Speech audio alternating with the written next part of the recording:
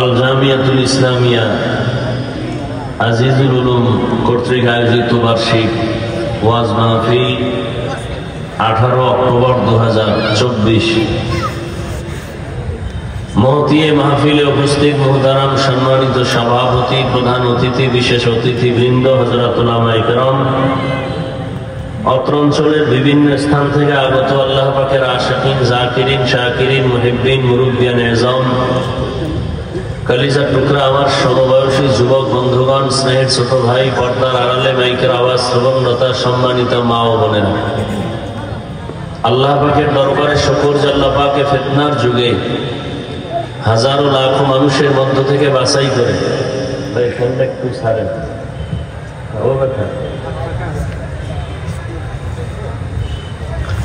পৃথিবীর শ্রেষ্ঠ মজলিস, উলামায়ে আহলে হকের মজলিস, তওবা কবুলের মজলিস, গুনাহ মাফের মজলিস, বরকতিয়ে মজলিসে আমাদেরকে আসা বসার তৌফিক দান করেছেন। নেয়ামতের শুকর আদায়ার্থে সকলেই জবান খুলে ঈমানের আওয়াজ উঁচু করে পড়ি আলহামদুলিল্লাহ।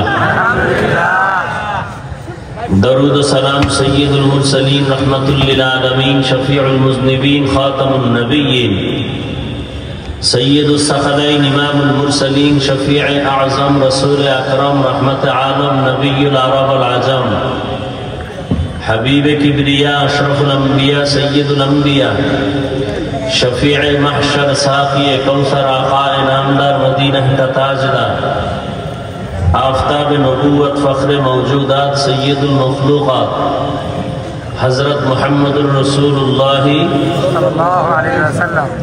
এই এলাকায় না নবীর আশিক বেশি। কি দরুদ পড়লেন না কেন? জেলাফি নাই? হ্যাঁ, দরুদ পড়লে গুনাহ না সওয়াব? পড়লেন না কেন? আমি তো জানি বরুড়া এলাকায় আশিক রাসূল বেশি, আমার জানা মতে। আর এক সময় তো আমি বরুড়ার কোন গ্রাম বাদ রাখি নাই ভরা লেখাপড়ার সময়। তা দরুদ পড়েন না কেন? অভ্যাস হয়ে গেছে যে জেলাফি না হইলে দরুদ হবে না। সবাই জবান খুলে পড়েন তো একবার, আবার পড়েন। হয় না? মহব্বতে আরো সুন্দর করে পড়েন। লস হয়েছে? নবীজি বলেন একবার পড়বা, 3টা পুরস্কার সাথে সাথে আল্লাহ দিয়ে দিবেন। প্রথম পুরস্কার 10টা গুনাহ মাফ। সুবহানাল্লাহ আসে না? দ্বিতীয় পুরস্কার 10টা নেক আমল নামায় যোগ হবে। তৃতীয় পুরস্কার আল্লাহর কাছে মর্যাদা 10 গুণ বেড়ে গেছে। হারকে বাসদ আমলে সাল্লু মুদাম, আতশে দোজখ শাবত বরওয়ায়ে হারাম। কোন তাবিজ লাগবে না, দোকানে ব্যবসা হয় না, চোখে ঘুম আসে না, মুসিবত অসুস্থ রোগী সুস্থ হয় না, সব কিছুর মূল বড় 2টা তাবিজ কাজে লাগান বিশ্বাসের সাথে, ফলাফল নগদ। এক তাবিজ তো একটু আগেই পড়লাম, আল্লাহর জিকির। এর থেকে আর বড় কোনো জিকির নেই।